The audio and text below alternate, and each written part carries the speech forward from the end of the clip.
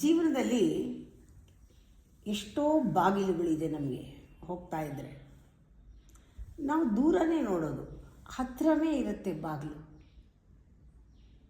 ನಾವು ಅದನ್ನು ತೆಗೆಯೋದೇ ಇಲ್ಲ. ಕೆಲವು ಬಾಗಿಲು ಬಹಳ ಹತ್ತಿರ, ಅದು ನಾವು ತೆಗೆದರೆ ಅದು ಎಷ್ಟು ಪಾಠ ಹೇಳಿಕೊಡುತ್ತೆ.